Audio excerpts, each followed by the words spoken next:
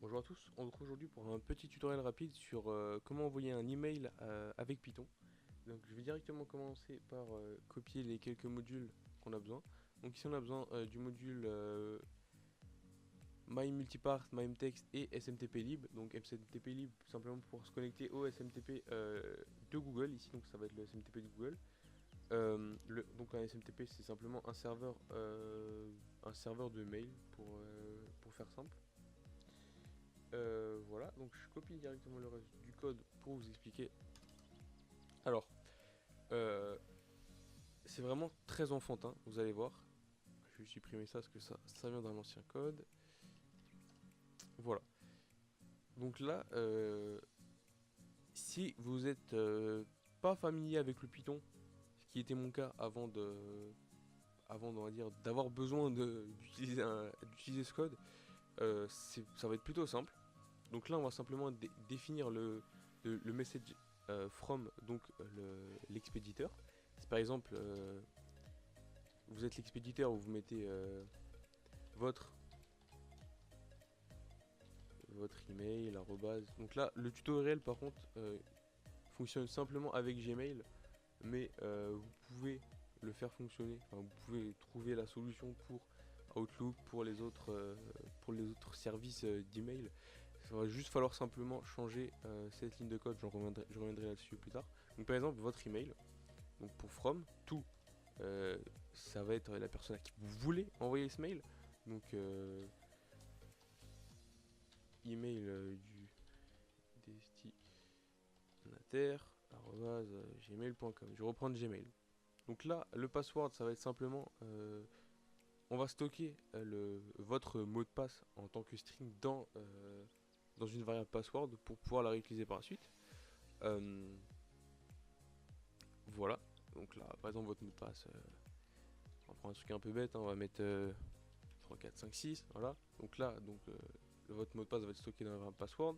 Le subject, ça va être le sujet de votre mail. Par exemple, je sais pas moi, repas, nanani, blablabla, enfin bref. Le body, c'est simplement ce qui va être le contenu du mail. Euh, le contenu du mail, voilà. C'est pas plus explicite que ça. Donc là, bonjour, blablabla, machin. Euh, voilà. Donc là, une fois que le mail en tant que tel est rédigé, si je puis dire, on va simplement se connecter sur le serveur SMTP ici de Gmail. Donc là, ça c'est l'adresse SMTP du serveur. Ici c'est le port.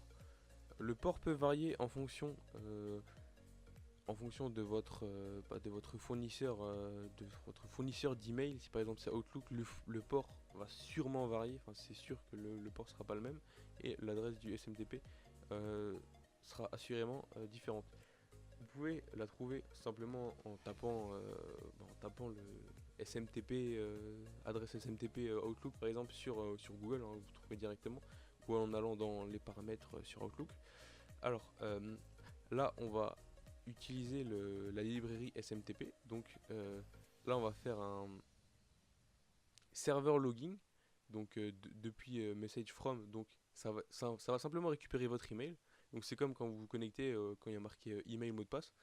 Là, ça va simplement récupérer le from qui est votre email. Donc ça va écrire nani votre email @gmail.com et le password. Donc le password qui a été stocké dans la variable password un peu plus haut. Euh, et ça va envoyer simplement avec le module SMTP server.sendMail depuis donc from qui est votre adresse email message, donc ça va envoyer le message tout le destinataire et ça va envoyer le message en tant que string. Donc voilà, c'est pas plus compliqué que ça. Et après ça va simplement se déconnecter du serveur. Moi par exemple, je vais vous donner un simple exemple d'utilisation. J'ai utilisé cette fonctionnalité, si je puis dire, pour envoyer un mail à chaque fois que mon Raspberry reboot. Donc je vais vous montrer le code. Le code sera sûrement en description de la vidéo pour vous faciliter la tâche si vous n'avez pas envie de tout réécrire à la main. Donc voilà. C'est aussi simple que ça. Donc je vais vous expliquer le code bien évidemment.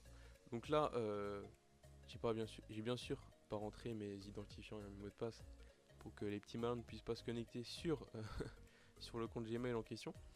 Donc là, ça va simplement envoyer un mail quand le Raspberry reboot. Donc ça, c'est encore autre chose. Euh, avec la date. Alors attendez, j'ai fait une petite erreur. Hop, j'ai oublié de copier quelque chose. Donc j'ai oublié de copier les modules datetime et OS et ma variable simplement.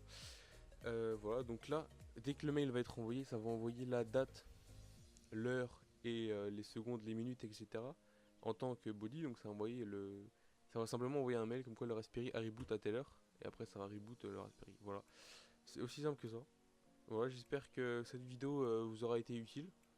Je vous invite à laisser un like, laisser un commentaire si vous avez des questions, si vous voulez aborder,